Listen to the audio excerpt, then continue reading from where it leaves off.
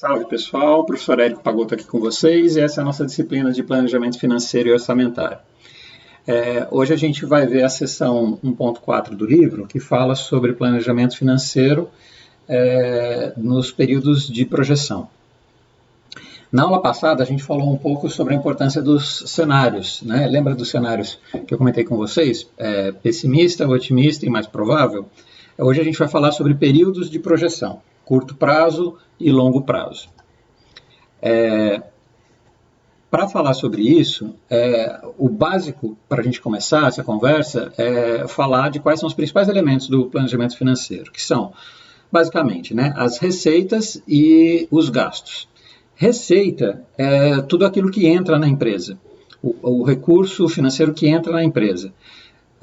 O recurso que entra, ele vem da quantidade de coisas que a empresa vende, seja serviços ou bens. E a gente pode ter receitas à vista, como eu botei aqui na maquininha, né? Receitas de pagamento à vista ou a prazo, quando compra no cartão de crédito ou quando faz parcelamento. E os gastos, que eu estou chamando aqui de gastos, porque na verdade incluem vários elementos. Por exemplo, os tributos, que são os impostos, os custos, que são aqueles relacionados à mão de obra e matéria-prima, as despesas, que são os gastos com as outras áreas que não são operacionais. Então, botei aqui para vocês, né? Financeiro, contabilidade, marketing, vendas, administrativo, etc. E os investimentos, que eventualmente são parte do capital utilizado na expansão dos negócios.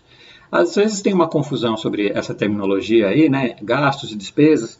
Tem autores que tratam como sinônimos ou não. O mais importante é vocês terem em vista que nos gastos estão incluídos todos esses itens que eu comentei com vocês, né? Tributos, os custos relacionados à produção propriamente dita, as despesas relacionadas a outros aspectos necessários para a produção e eventuais investimentos. Bom, falando então um pouco sobre os horizontes de planejamento. A gente pode ter um planejamento de curto prazo e de longo prazo. O de curto prazo a gente costuma chamar de planejamento operacional, é o caixa do mês. O objetivo de fazer um planejamento de curto prazo é garantir que a empresa vai ter dinheiro para cumprir com as suas obrigações financeiras naquele mês. É o caixa do dia a dia, para ela pagar fornecedor, para ela movimentar o caixa, né, do dia a dia. A ideia de fazer um planejamento de curto prazo é ela ter uma expectativa de orçamento de caixa, ou seja, quanto dinheiro ela vai precisar aquele mês. E saber antecipadamente se no final do mês vai sobrar ou vai faltar dinheiro. A ideia do planejamento de longo prazo, como o próprio nome fala, né, às vezes isso é chamado de planejamento estratégico, porque ele está relacionado à visão mais estratégica, ou seja, de alto nível da empresa, né? Longo prazo para a gente é maior ou igual ou um ano. O planejamento de longo prazo, ele está relacionado a isso que eu botei aqui para vocês, né? Crescimento e desenvolvimento corporativo e mercadológico da empresa, ou seja, uma visão de futuro da empresa, para onde a empresa vai no futuro, para que negócios, para que mercados ela vai no futuro. Eu grifei o orçamento de caixa aqui com vocês por causa do seguinte, eu queria detalhar isso um pouco mais nesse outro slide, falando o seguinte, o orçamento de caixa, de curto prazo, ele tem essas finalidades que eu botei aqui para vocês, né?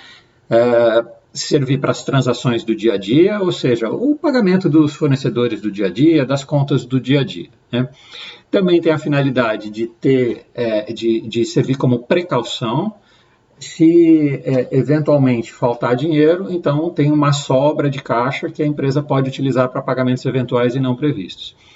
Ou eventualmente especulação. Especulação aqui no sentido, não no sentido de especular na bolsa, né? Mas especulação no sentido de aproveitar, especulação no sentido positivo da palavra, né? No sentido de aproveitar uma oportunidade. Então, vamos supor, por exemplo, um fornecedor está dando um determinado desconto para aqueles que comprarem um maior volume. Se você achar que esse desconto vale a pena, a gente pode fazer isso caso haja caixa suficiente, né? E isso não deixa de ser uma espécie de investimento. Certo? A gente chama isso de especulação positiva, né? Bom, ter um planejamento de caixa, né, no curto prazo, tem essa finalidade de você prever futura necessidade de recursos. Então, é normal, por exemplo, trabalhar com uma expectativa de que o caixa não feche. Né? Em períodos de recessão, em períodos complicados, às vezes o caixa não fecha. Não fechar o caixa é um problema, claro.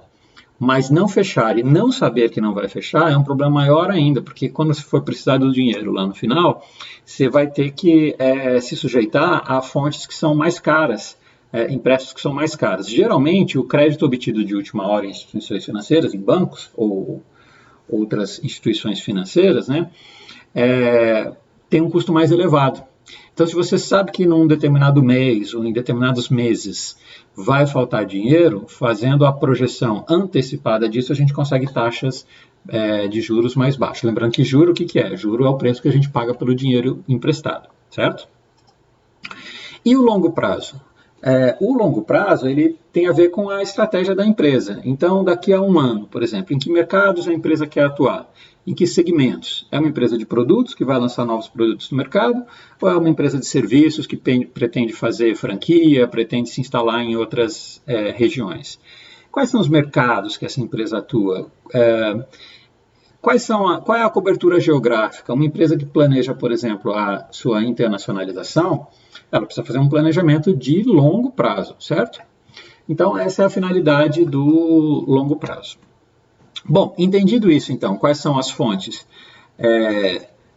de receitas e de gastos, e entendidos esses horizontes, né, de curto prazo e de longo prazo, a próxima atividade que a gente vai fazer, então, é um exercício. Eu vou encerrar esse vídeo aqui e ele segue na sequência. Vem comigo!